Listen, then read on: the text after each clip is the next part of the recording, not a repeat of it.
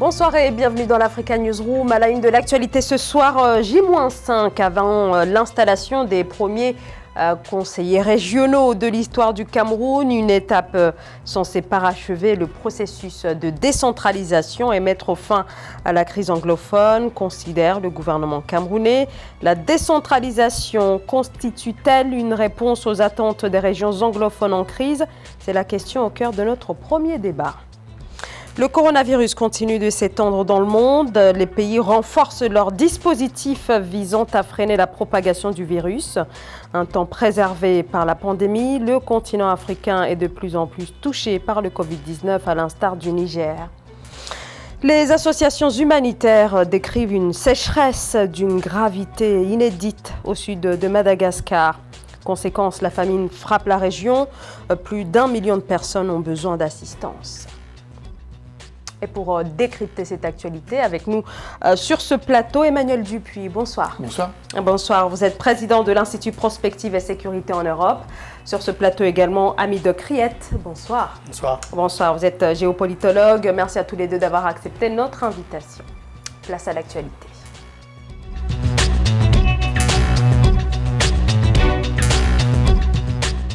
De nombreuses questions subsistent sur leur degré d'autonomie, sur le budget qui leur sera accordé. Mais le 22 décembre, les 900 conseillers régionaux élus le 6 décembre prendront officiellement leurs fonctions au Cameroun, maillon indispensable du processus de décentralisation qui consacre notamment un statut spécial aux régions anglophones du Nord-Ouest et du Sud-Ouest. Paul de Singwe, Kamash Katapouli. C'est une disposition de la Constitution camerounaise. Attendue depuis 1996, la décentralisation a enfin pris corps au Cameroun à la faveur des élections régionales organisées le 6 décembre 2020.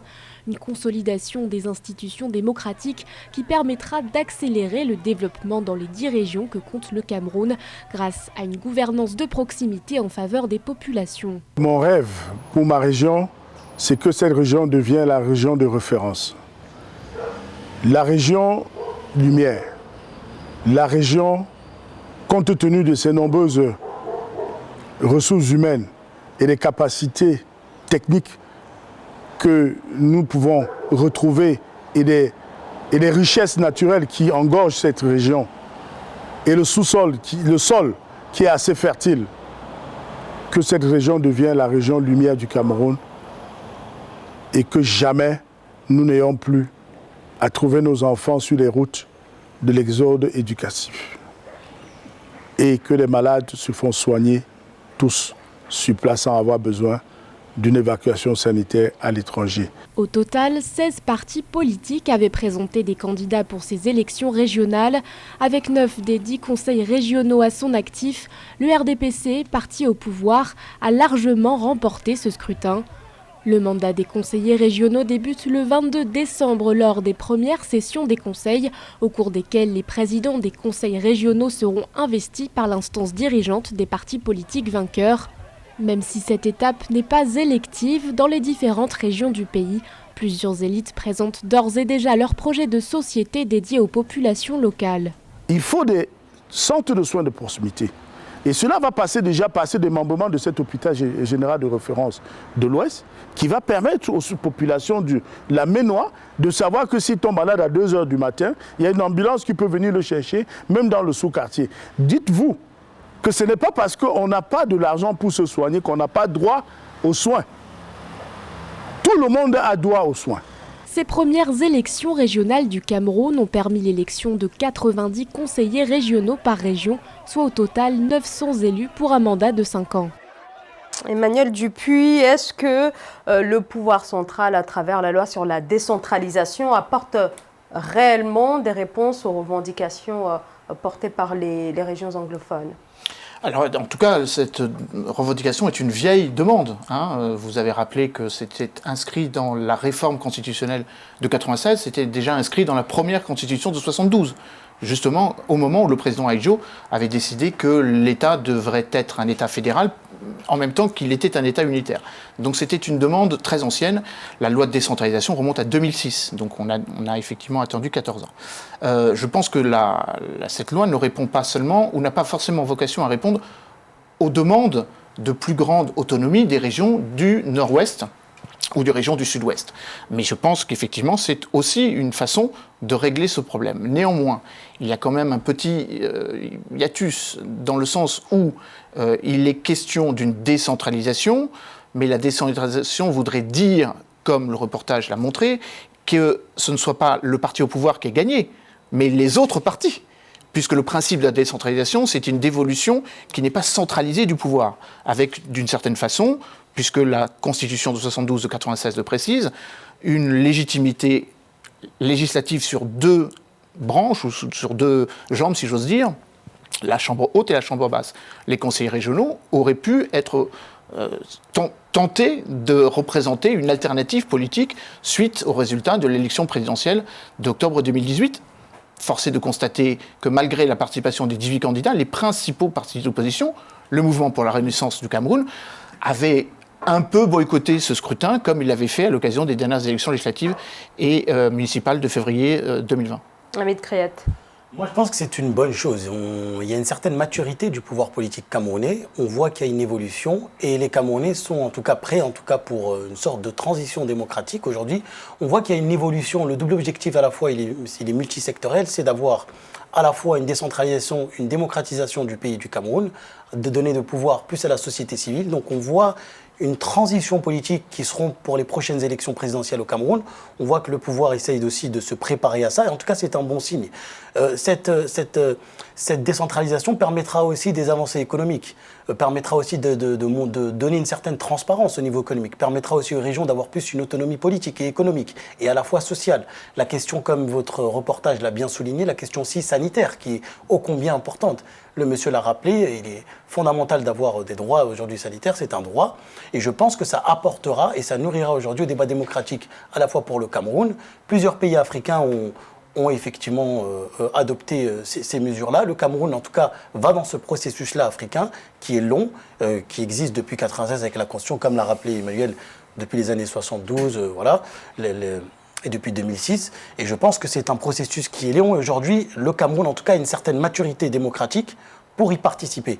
Et je crois que c'est un très bon signe aujourd'hui pour les Camerounais. Mais est-ce qu'il ne s'agit pas uniquement d'une décentralisation des pouvoirs ? Parce que pour l'instant, on ne sait pas encore le budget qui va être accordé aux différentes régions.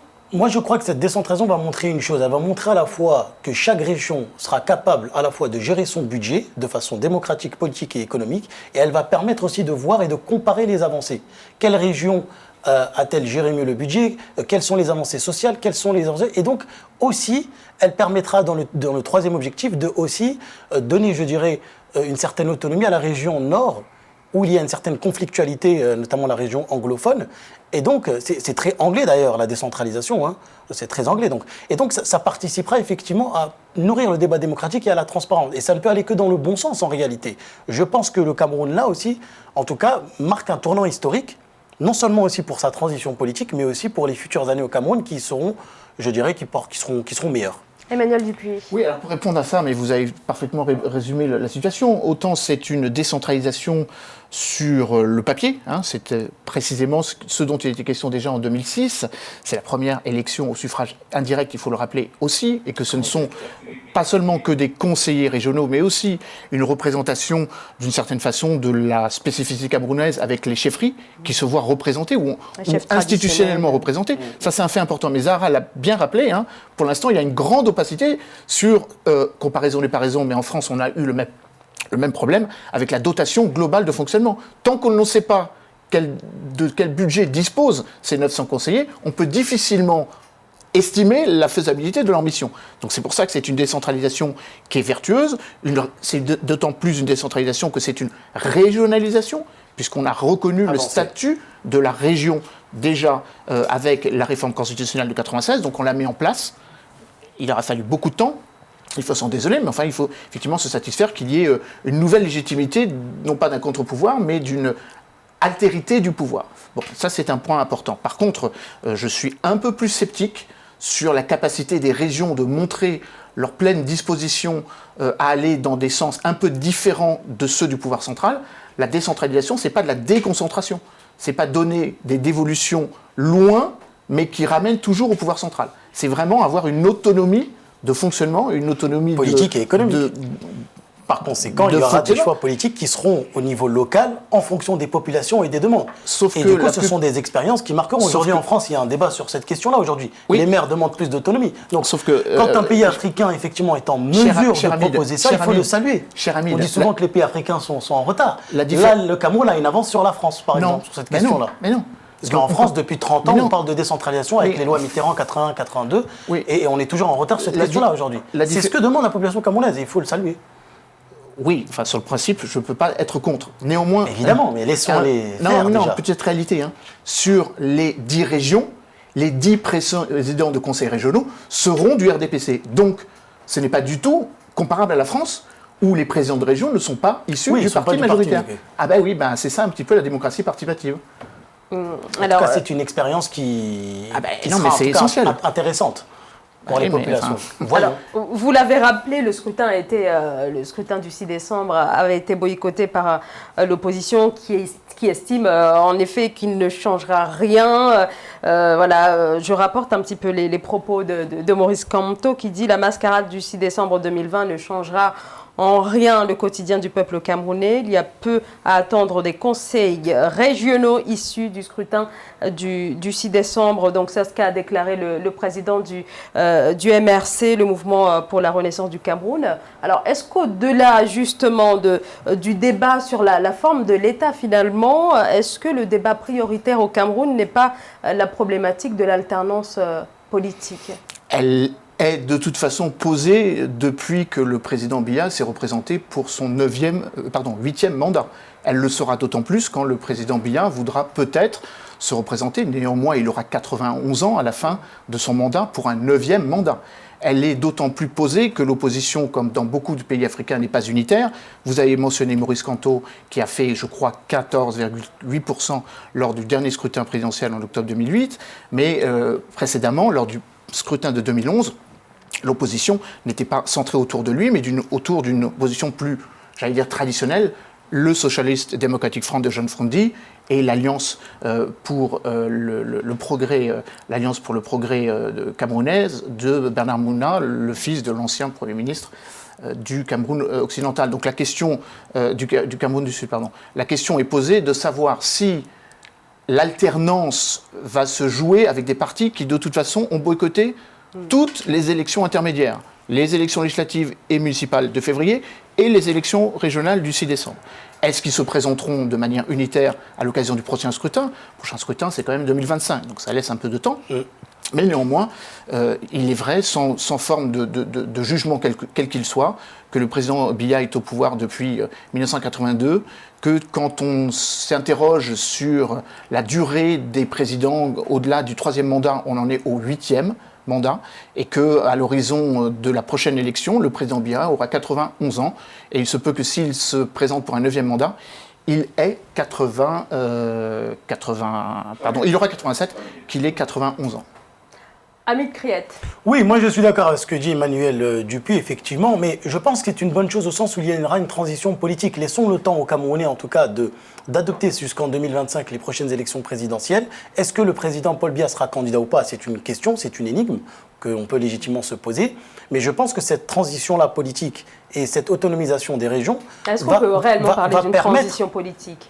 Mais en tout cas, on peut dire semi-transition politique, si ça vous plaît, mais en tout cas, ça va permettre une certaine évolution à la fois économique et sociale, et l'opposition pourra peut-être jouer son rôle dans les prochaines élections. Moi, je pense que ça participe en tout cas. Ça, c'est une bonne évolution. Maintenant, l'opposition aussi doit faire des propositions concrètes. Est-ce que justement, ça ne va pas renforcer le climat de tension qui oppose pouvoir et opposition? Moi, je ne pense dans pas. La mesure où les conseils régionaux vont être dominés par le RDPC, le parti. C'est vrai que c'est une grande question. C'est vrai que là, effectivement, il y a des questions à se poser au niveau démocratique et sur la transparence du scrutin. Mais en tout cas, c'est une avancée politique qui est sûre. C'est une avancée, en tout cas au niveau constitutionnel. C'est la mise en place depuis 1996 de cet article qui est dans la Constitution. Donc, il y a une semi-avancée, si vous voulez, une semi-avancée constitutionnelle et politique, économique et sociale aussi, qui va faire avancer les choses. Mais aussi, j'aimerais ajouter une chose importante, c'est que les chefferies aussi ont leur mot à dire aussi dans cette affaire-là. N'oublions pas que les chefferies en Afrique, partout en Afrique, les tribus ont un rôle très très important. C'est la raison pour laquelle on ne peut pas coller le modèle occidental au modèle africain ou camerounais, n'importe quel pays en Afrique. Et je pense que ça, c'est une avancée intéressante. Voilà. Donc on verra en tout cas les prochaines élections en 2025 présidentielles au Cameroun, ce que ça donnera. Et là, on pourra effectivement trancher la question et prendre des positions extrêmement, je dirais, critiques vis-à-vis du gouvernement. Emmanuel Dupuy. Juste rajouter un point, je pense on n'aura pas à attendre 2025, puisque depuis septembre, fin septembre, début octobre, le président Biya a lancé l'idée d'une nouvelle plateforme de discussion avec l'opposition. Pour l'instant, l'opposition boycotte. Donc je pense que la vraie question, c'est comment l'opposition va se structurer, autour de qui? Autour de Maurice Kamto, vraisemblablement. Autour d'un candidat unique. Si ou pas, donc c'est la question à se poser. Pour l'instant, on n'est pas tout à fait... Enfin, on ne va pas tout à fait dans cette direction, mais enfin, néanmoins, oui, il reste encore du temps. Et la deuxième question qui est posée, c'est est-ce que tous les processus d'inclusion politique, prise en compte des éléments fondamentaux de justice et évidemment de sécurité, notamment sécurité sanitaire, comme ça a été rappelé dans votre reportage, répondent à la vraie question, c'est celui de la tentation de la sécession. Quand même. Sécession indépendante avec la partie anglophone. Le sud-ouest du Cameroun est, entre guillemets, dans une autoproclamation depuis octobre 2017 autour de la soi-disant Ambazonie, avec un chef qui a été d'ailleurs arrêté et condamné il y a de cela quelques semaines, et en même temps l'autre sécession, qui est une sécession sécuritaire pour lequel le Cameroun comme pour la Catalogne en Europe. A beaucoup de difficultés. Le Nord-Ouest, c'est différent. Le Nord-Ouest, le ministre a été arrêté au Parlement européen. Donc le Nord-Ouest, c'est un peu différent. Le Nord-Ouest, c'est la question sécuritaire. Oui. C'est que la sécurité n'existe pas. Donc, mais sur les modèles indépendantistes, il y a à faire. En tout cas, il y a beaucoup de modèles... Il y a beaucoup de nombreux exemples en Europe aussi qu'on peut comparer avec l'Afrique. Sinon, pour revenir sur la question globale, sur la question de la démocratie aujourd'hui, on voit qu'il y a une crise démocratique dans le monde, qui ne concerne pas simplement le Cameroun. Il faut le souligner parce que c'est bien beau aussi de parfois donner des leçons à l'Afrique en matière démocratique.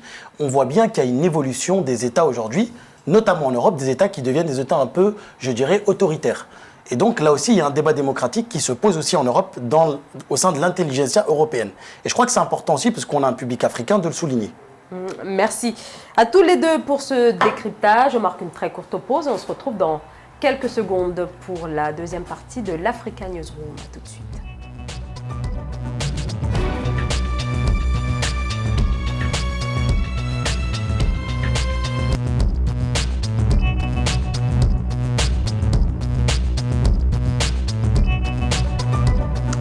De retour dans l'Africa Newsroom, notre plateau est toujours au complet. Nous sommes toujours avec Hamid Kriet, géopolitologue, et Emmanuel Dupuy, président de l'Institut Prospective et Sécurité en Europe. Place au grand angle.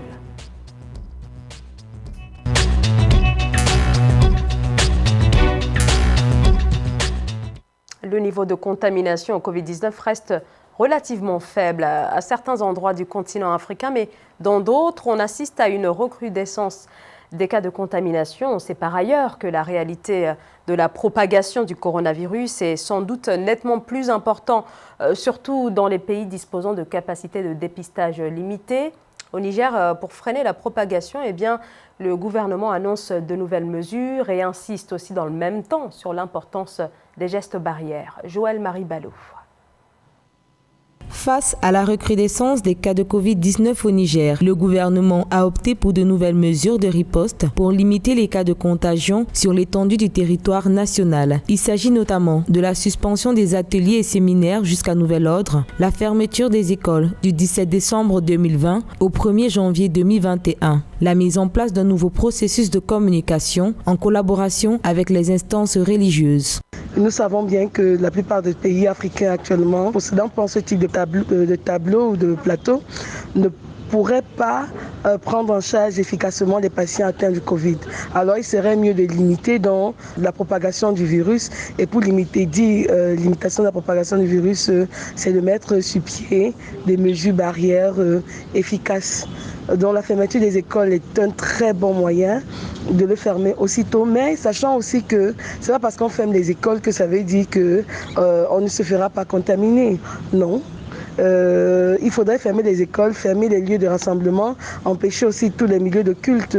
N'oublions pas par exemple que les messes, les églises, les rassemblements sont aussi des portes d'entrée pour la propagation de ce virus. Ces mesures viennent renforcer le dispositif déjà mis en place par le gouvernement nigérien à travers le lavage des mains au niveau de toutes les administrations et grandes surfaces, le respect du port du masque, souvent banalisé par la population, et la distanciation physique d'au moins d'1 mètre lorsqu'elle est matériellement possible. Il faudrait que le gouvernement intègre les religieux et leur faire comprendre que la nécessité de respecter les mesures barrières et surtout que les personnes apprennent à rester chez soi le temps qu'on puisse trouver un traitement ou bien encore être sûr de la qualité et garantir un vaccin efficace. Ces nouvelles mesures sont nécessaires car malheureusement, les populations nigériennes prennent à la légère cette pandémie qui se propage de jour en jour sans distinction d'âge. Rappelons qu'en date du 14 décembre 2020, on dénombre 2258 cas, dont 1292 guéris, 80 décès et 886 patients actifs. Le Niger également face au Covid-19. Alors partout dans le monde, on parle bien sûr de la propagation du virus, mais il est de plus en plus question désormais du vaccin. La Grande-Bretagne, les États-Unis ont déjà lancé leur campagne de vaccination à Mitriette. Alors pour les pays en développement, notamment le Niger, ces pays-là comptent bien sûr sur le programme COVAX, mais pour l'instant, le programme n'est parvenu à lever que 11 milliards de dollars. Comment expliquer que les objectifs n'ont pas été atteints ? Je crois qu'aujourd'hui, il y a eu un désordre, il faut dire, mondial. Les Européens ont cherché leur propre vaccin. L'Agence sanitaire européenne doit consulter encore si le vaccin il a une efficacité ou pas. Les États-Unis ont adopté leur propre vaccin. La Chine a adopté sa propre stratégie aussi de vaccination avec leur propre vaccin. Les Russes aussi. Donc, dans ce jeu géopolitique-là, les Africains, effectivement, se retrouvent seuls. Et par conséquent, les Africains sont en train de multiplier, en tout cas, les contacts. Je crois savoir que le Maroc aujourd'hui va recevoir un stock de vaccination qui sera en destination de l'Afrique de l'Ouest. Donc ça, c'est une bonne chose. Le Maroc a réussi à avoir des stocks. Il faut le saluer. Le roi Mohamed VI a réussi en tout cas à négocier notamment des vaccins provenant de Chine. Et je pense que le Niger bénéficiera effectivement du pays frère qui est le Royaume du Maroc à ces pays-là et de toute l'Afrique de l'Ouest. Mais je pense qu'aujourd'hui aussi, cette crise du Covid doit aussi susciter un débat au sein de la société africaine, sur le continent africain, sur quelle politique aujourd'hui sanitaire l'Afrique peut aujourd'hui mettre en place. L'Afrique regorge de nombreuses plantes médicinales. On sait qu'à peu près 98% des médicaments sont composés de plantes. Il ne faut pas être un expert ou un docteur ou épidémiologue pour comprendre cela. Et je crois que l'Afrique aussi doit, en tout cas, créer son propre modèle sanitaire pour, en tout cas, proposer aussi à l'humanité une solution aussi. Alors, je pense qu'on est là dans un contexte urgent, il faut agir maintenant. Donc, effectivement, il faut repenser les systèmes de santé, mais l'Afrique doit se positionner. On voit que le continent est clairement en retard, Emmanuel Dupuis. Oui, et puis alors, le cas spécifique du Niger est inquiétant. Premièrement, parce que la démographie est plus forte que dans beaucoup de pays, avec évidemment une croissance de la population qui fait qu'à la fin du siècle, des 20 millions d'habitants, on atteindra les 60, voire les 70 millions d'habitants. Donc il y a effectivement une focalisation assez forte sur le Niger. Elle est d'autant plus forte, comme le reportage ne le mentionnait pas, qu'on est dans un contexte particulièrement critique, puisqu'il va y avoir des élections présidentielles le 27 décembre. Et que c'est là un gros risque de foyer de contamination. Et ce qui s'est passé au Mali, à l'occasion des dernières élections, montre à quel point il faut être très vigilant et très prudent. D'aucuns, en tout cas la communauté internationale, se montre très rétive à l'idée que ces élections puissent se faire sans qu'il y ait une mobilisation, pour l'instant un peu évanescente de la part de l'État pour en tenir compte. Néanmoins, en élargissant le spectre, vous avez raison, et Amit Kriet l'a rappelé, de dire qu'il faut qu'il y ait une mobilisation internationale pour l'Afrique qui passe par des pays qui ont cette connexion, le Maroc en est un, l'Afrique du Sud en est un autre, ou encore une fois le Nigeria. Je crois aussi qu'il faut tenir compte du fait que le continent africain, malgré la contamination qui remonte à la hausse, a été épargné pour des raisons diverses. La population qui y est moins âgée que sur la plupart de la planète, seulement 3% de la population a plus de 65 ans, ce qui garantit quand même un peu les effets de cette pandémie, et puis surtout le fait que le continent africain est moins interconnecté avec le reste du monde, ce qui en réduit un petit peu l'accès. Mais je crois qu'il y a une urgence à ce qu'il y ait, comme l'Alliance pour le vaccin, le Gavi l'a montré, qu'il y a une mobilisation des États, et surtout, et c'est là où je veux insister, une mobilisation des acteurs privés. Il faut saluer le fait que la fondation Alibaba, par exemple, de Jack Ma, ou la fondation de Bill et Melinda Gates compensent ce que les États ont un petit peu de mal à faire, c'est-à-dire acheter les vaccins pour les amener sur le continent africain. Amit Kriet. Oui, moi j'aimerais aussi souligner une chose importante. L'Afrique n'a pas été en mesure de mobiliser tous les grands scientifiques africains. Nous regorgeons sur le continent de scientifiques africains. Vous savez, ça je ne vous l'apprends pas, le scientifique aujourd'hui qui a été en charge de trouver le vaccin aux États-Unis est un Africain, M. Slaoui. Et il a une certaine expérience au niveau en tout cas de la création de vaccins sur tout ce qu'on appelle l'immunologie. Et je pense que nous, en tout cas les Africains, ont cette capacité-là, ont des chercheurs, et l'Union africaine, n'a pas su aujourd'hui se mobiliser à travers une coopération internationale pour mobiliser ces scientifiques et aussi, je dirais, trouver un vaccin. Je pense que l'Afrique peut relever ça aussi à travers sa diaspora.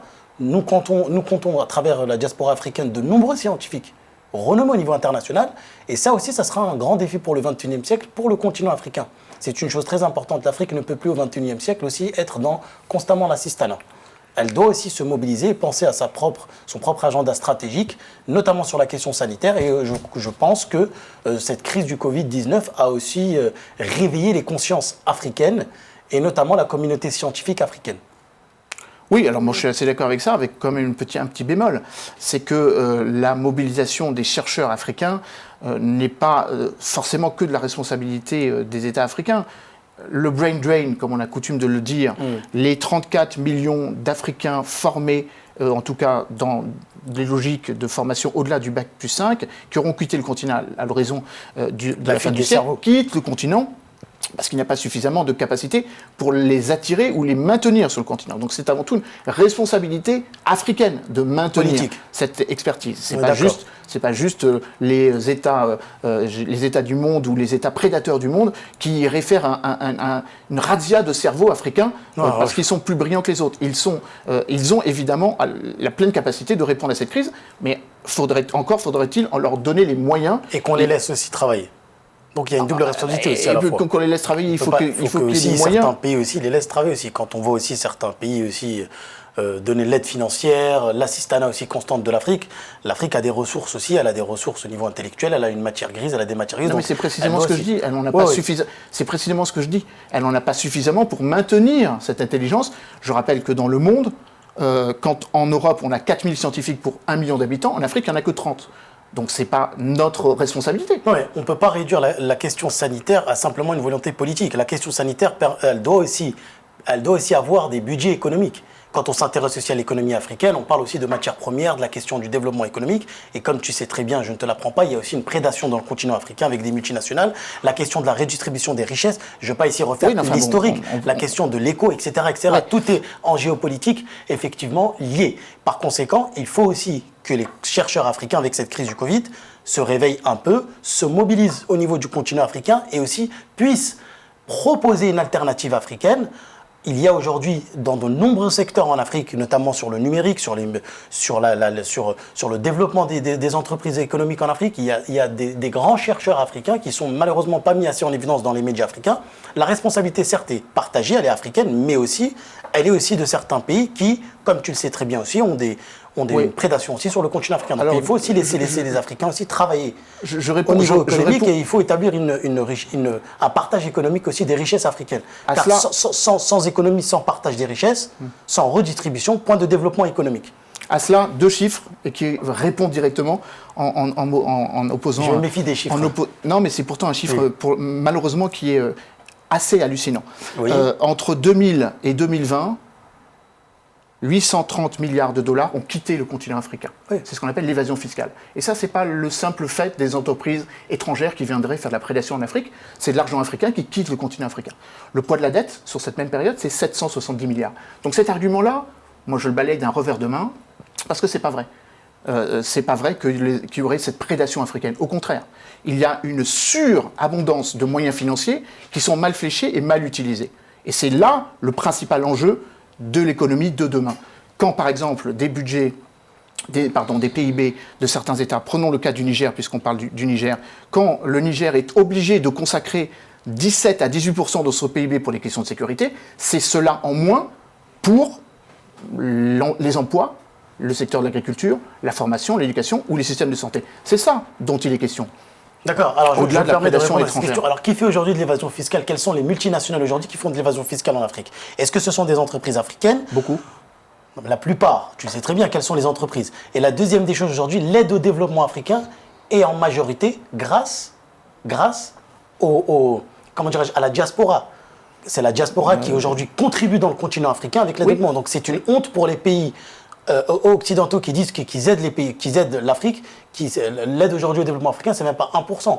Donc voilà. Donc aujourd'hui, on voit bien. Donc voilà. Donc on ne peut pas aussi en même temps dire qu'on aide les pays africains et on voit bien. Donc l'Afrique a en réalité toujours compté sur sa diaspora historiquement.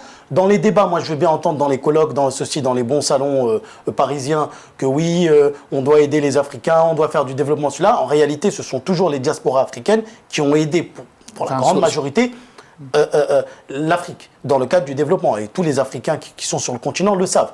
Voilà, moi je veux bien aujourd'hui qu'il y ait aujourd'hui du développement économique, mais il faut aussi repenser la question des partages des richesses. Dans le cadre d'une mondialisation sauvage aujourd'hui, la France elle-même est confrontée à des acteurs qui sont aujourd'hui contre son propre agenda géopolitique, notamment la Russie, la Turquie, comme tu le sais, d'autres pays. Donc, on voit bien en tout cas qu'il y a une guerre économique au sein de l'Afrique.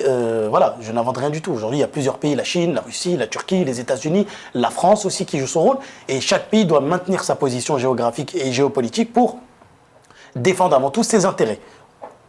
Emmanuel Dupuis, alors sur le défi logistique, alors là non plus... Excusez-moi, pardon. Oui. Et quand je dis cela, c'est que non seulement je défends aussi les intérêts de la France, parce que ce serait un honneur pour notre pays, la France, de, en tout cas, changer sa politique étrangère et aussi d'avoir un partage des richesses.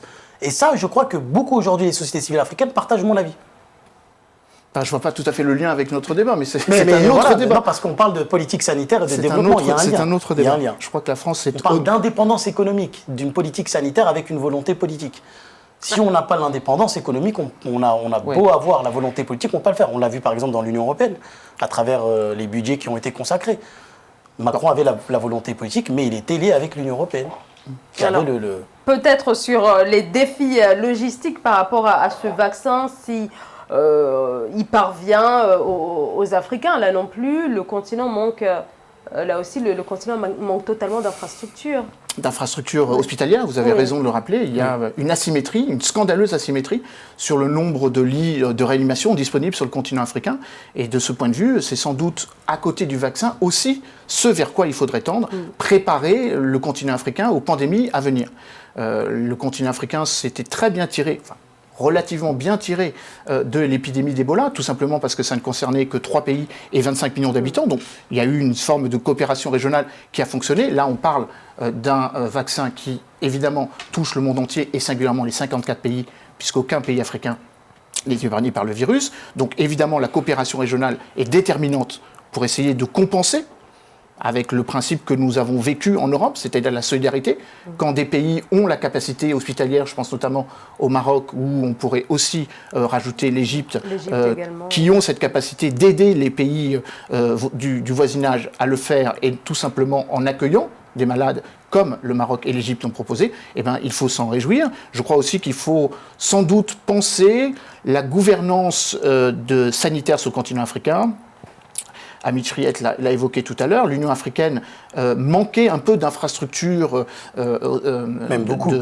En termes de gouvernance médicale et sanitaire, une sorte d'OMC africain. Peut-être est-il temps d'y réfléchir, peut-être est-il aussi temps de réfléchir à l'idée selon laquelle l'interconnexion entre l'Europe, l'Afrique et l'Asie nous obligera peut-être à avoir des mécanismes de solidarité plus rapides.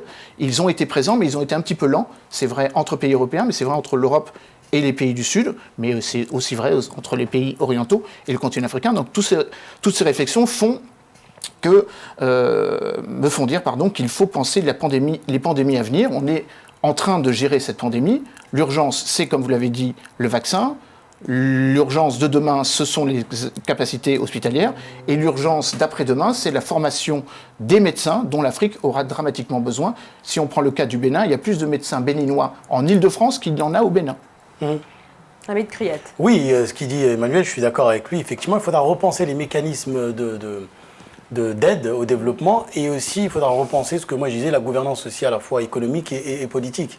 Le continent africain doit aussi revoir certains accords qui ont été passés, et je crois que c'est important aussi pour les intérêts aussi de certains pays et du continent africain, pour qu'on puisse avoir un dialogue mutuel à la fois et aussi un développement et un respect mutuel qui portera ses fruits pour le continent. On va marquer une courte pause si vous le voulez bien. On se retrouve dans quelques instants pour la troisième et dernière partie de l'Africa Newsroom.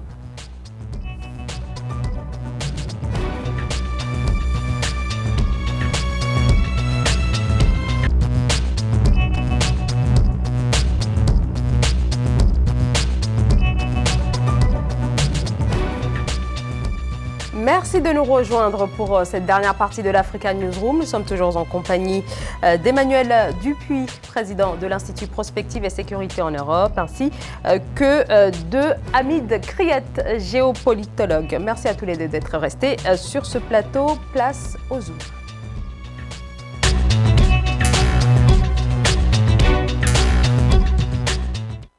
20 000 enfants de moins de 5 ans risquent de souffrir de malnutrition sévère, nécessitant une prise en charge médicale en raison de la famine qui frappe le sud de Madagascar. Elle est due à un manque de pluie depuis le mois de janvier. Sur place, la solidarité tente de s'organiser dans cette zone difficile d'accès. Nelly Claude Bessa. 100 millions de dollars pour soutenir la lutte contre la malnutrition dans le sud de Madagascar. Les fonds devraient fournir des solutions à long terme à l'insécurité alimentaire dans les zones les plus touchées par la famine dans le pays. Ce sont des besoins nutritionnels et médicaux qui pourraient trouver des solutions grâce à cet investissement.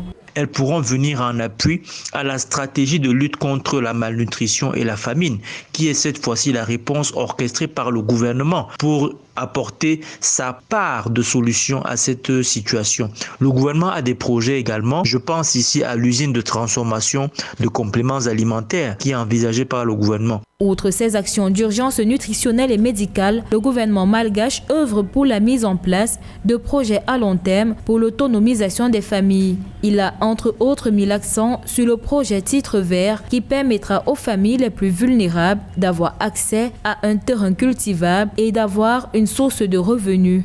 Il s'agira d'abord d'améliorer l'agriculture, ensuite d'améliorer la gouvernance, d'améliorer les moyens de subsistance et la santé. Et après cela, il s'agit également d'améliorer la façon de se préparer à riposter aux catastrophes pour lutter contre la malnutrition qui est chronique. Donc voilà la direction que vont prendre les ressources américaines. Le sud de Madagascar est actuellement touché par une grave crise alimentaire imputée à la sécheresse. Dans cette partie du pays, le manque de pluie depuis janvier 2020 a contribué à enraciner la famine dans cette localité. L'État malgache a déjà mis en place des centres de nutrition et continue à œuvrer avec des partenaires humanitaires et au développement afin de gagner la bataille contre l'insécurité alimentaire dans le pays. Alors, les agences humanitaires décrivent une situation d'une gravité inédite depuis longtemps. C'est l'Éthiopie depuis des années, déplore le programme alimentaire mondial. Et on sait que le président malgache, dans un premier temps, voulait ne pas recourir à l'aide extérieure. Mais là, visiblement, il y a ces 100 millions de dollars qui, je le rappelle, viennent des États-Unis. Est-ce que le président a tardé à réagir, Emmanuel Dupuis? Oui, alors il a tardé à réagir, mais il a été un petit peu forcé de réagir quand le programme alimentaire mondial a obtenu le prix Nobel de la paix, montrant à quel point les États qui ne font pas grand-chose sont un petit peu en décalage avec ce pourquoi le prix Nobel a honoré l'agence onusienne, c'est-à-dire la jonction entre l'insécurité et l'insécurité physique et l'insécurité alimentaire. Mark Lockwood, qui est le secrétaire général adjoint de l'ONU, a été très alarmiste il y a quelques jours quand il est venu à Paris, en rappelant qu'il y a sur le continent africain entre 30 et 40 millions d'Africains qui sont en situation d'insécurité alimentaire extrême, donc la limite de la famine. Et donc, si l'on agglomère cela avec l'extrême pauvreté qui a été entre guillemets, accéléré ou qui s'est agrégé à la crise sanitaire, on est dans une situation où les États qui tardent un peu à répondre, et je réponds directement à votre question, évidemment, sont un peu critiquables. Ils sont d'autant plus critiquables que le nouveau président malgache avait fait de l'éradication de la pauvreté, du développement harmonieux de toutes les parties de l'île, un programme économique. Et donc, de ce point de vue, il y a une pression très forte. Le problème, c'est que la pression politique en Madagascar est peut-être moins forte que dans d'autres États africains, pour effectivement demander des comptes. Néanmoins, notre collègue Christian Pout a raison de rappeler qu'il y a des projets emblématiques qu'il faut développer et aider, mais je ne crois pas que ce soit le seul apanage de la communauté internationale. 100 millions de dollars pour essayer d'étayer ou d'apaiser les malheurs d'une partie de la population malgache me semble un peu faible au regard du besoin que d'ailleurs Vera Sangwe, la présidente de la commission économique, commission économique pour l'Afrique de l'ONU, estime à sans doute 10 fois plus nécessaire pour effectivement éviter que les conséquences de la pandémie n'obèrent, au-delà de la question sanitaire, les populations africaines. Hamid Kriet. Oui, moi je suis d'accord avec l'analyse d'Emmanuel. La somme n'est pas adéquate face à l'enjeu, en tout cas, qui est préoccupant à Madagascar. Quand on voit aussi le paradoxe avec Madagascar, c'est que Madagascar avait développé une politique libérale. Elle a ouvert aussi ses terres cultivables à des pays extérieurs en les louant pour 50 ans et 40 ans. Donc à Madagascar, il y a effectivement des terres qui sont cultivables. Simplement, le gouvernement de l'époque n'a pas su en tout cas mobiliser ces terres-là pour la population, n'a pas su développer une politique agricole.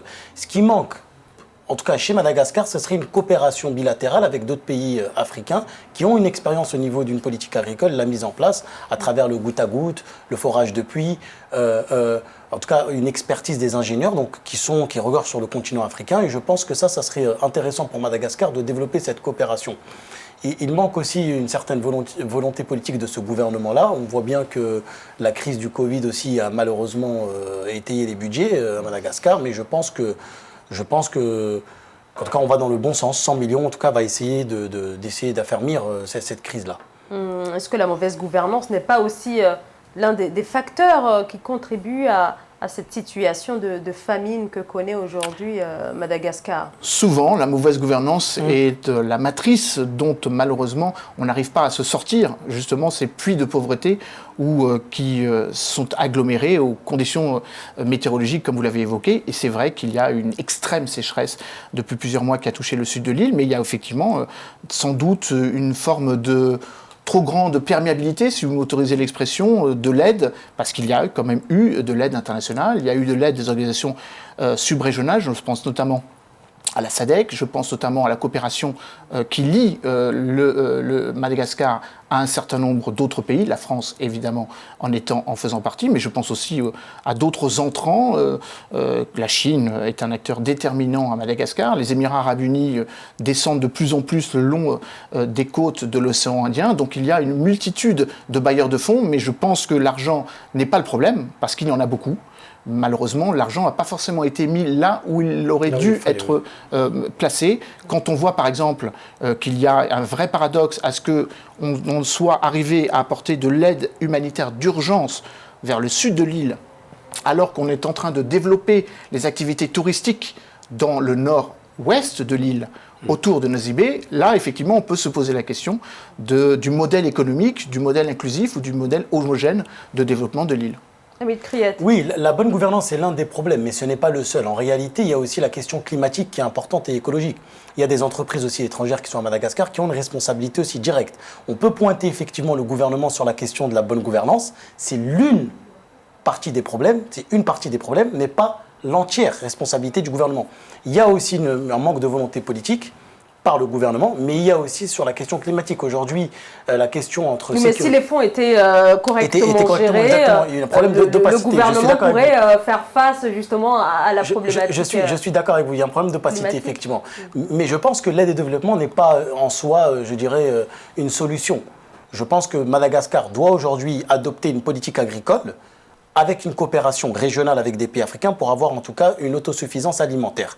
La question sur la crise, le lien qui a été fait qu'a rappelé la crise sécuritaire et la crise alimentaire, c'est un lien effectivement qui a été prouvé par de nombreux rapports et recherches, il existe, mais aussi, il y a aussi le lien aussi de la question de la bonne gouvernance, comme vous l'avez rappelé, et aussi des multinationales aussi qui sont en Afrique et qui aussi superposent à cette insécurité sécuritaire et à la fois aussi agricole. Et je pense que ça, il faut le signer.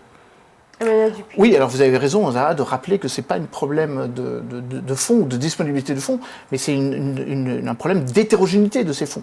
Sur le cas de Madagascar.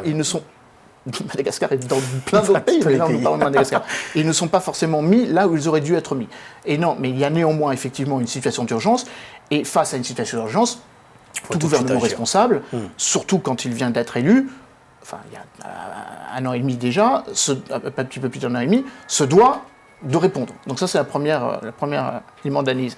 Le deuxième élément d'analyse, c'est que le nouveau gouvernement fait face à une mauvaise utilisation des fonds publics et une certaine forme de destruction des biens communs, puisque une partie des terres arables ne sont plus cultivables, une partie la quasi-totalité des richesses halieutiques échappe à Madagascar, puisque le nouveau président a signé un accord qui livre quasiment 100% des richesses donc de la zone économique malgache aux entreprises chinoises.